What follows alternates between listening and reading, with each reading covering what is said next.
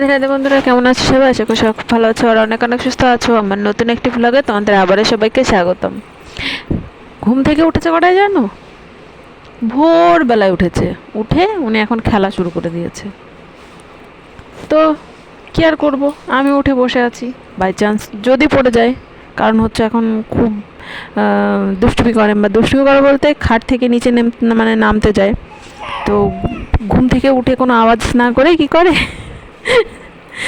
ঘুম থেকে উঠে কোনো আওয়াজ না করে খেলা শুরু করে দেয়। বাই চান্স যদি পড়ে যায়, সেই টেনশানে আমারও তো ঘুমের 12টা বেজে গেছে, কিছু করার নেই। তবে ঠিক আছে। তো দেখো, উনি এখন খেলা শুরু করে দিয়েছে, খেলছে আর আমি এখন পাহারা দিচ্ছি। কি আর করব, যা কাজ এখন আমার।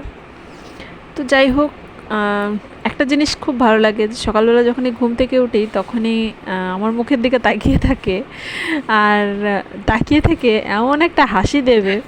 তো সেই হাসিটাই মানে সমস্ত যে সারা রাতের যে ক্লান্তি সমস্ত কিছু কেটে যায়।